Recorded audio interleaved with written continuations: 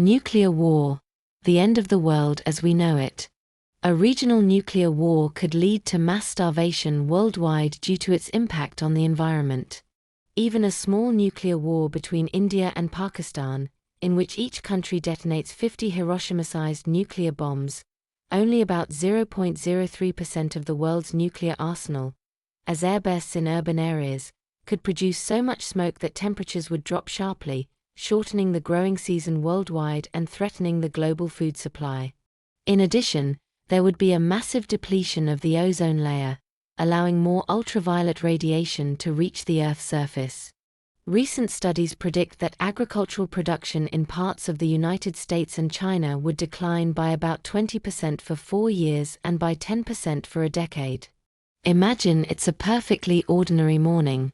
Children go to school. Farmers work in their fields. People drink their coffee and plan their day. And then, a light. Brighter than 1,000 suns. Within seconds, entire neighborhoods evaporate. Shock waves tear buildings apart. People are engulfed by heat hotter than the surface of the sun. But that's just the beginning. Millions of fires break out simultaneously. Cities are transformed into firestorms. The smoke from these fires rises kilometers high into the atmosphere. There, a dark layer of soot and ash forms. It blocks the sunlight. Scientific studies show even a regional nuclear war could generate enough smoke to change the global climate. The Earth begins to cool down. Not just a little, but drastically. Temperatures drop worldwide. Growing seasons become shorter. Harvests collapse. Corn, rice, wheat, the staple foods for billions of people, no longer grow in sufficient quantities. Within a few years, hundreds of millions to billions of people could be threatened by starvation. But that's not all. Atomic explosions hurl radioactive particles into the atmosphere. The so-called radioactive fallout falls back to Earth over large areas. It contaminates the soil, drinking water, rivers, oceans, and our food. Milk, grain, vegetables. Everything can be contaminated with radioactivity.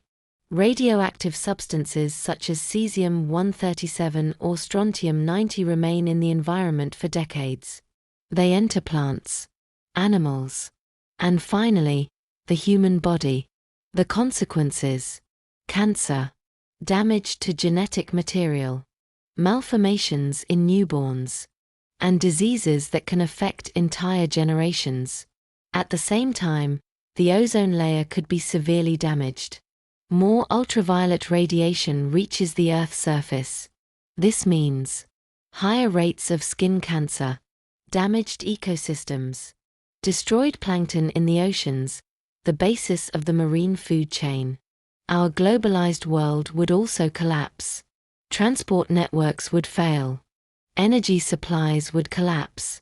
Medical care would become scarce. Hospitals would be overcrowded or destroyed. There would be a shortage of medicines. Countries would fight for survival. There would be no winners in a nuclear war, only survivors, and a world that would be barely recognizable. That is why scientists have been warning for decades. Nuclear weapons are not just military instruments. They are a threat to all life on Earth, to humans, to animals, to plants, to the future of our children. We live on a single planet.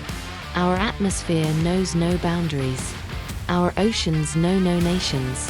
What happens somewhere affects us all. Maintaining peace therefore means more than politics. It means ensuring the common survival of the human family. The future is not predetermined, but it depends on our decisions today, and everyone can contribute. Let's get our information from places where these issues are really being discussed. Let's inform others about what is being kept secret. Let's make it clear to the politicians responsible that we don't want this.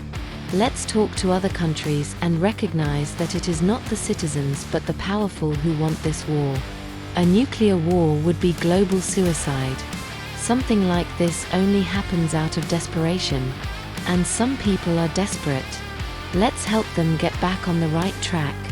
There are also war profiteers who are driving the conflict forward. If there is no resistance, they think that no one has anything against it. It is a time for heroes and sincerity. If we don't stop the desperate, we will have to live with the consequences. If we do, we can achieve a wonderful future as a global community.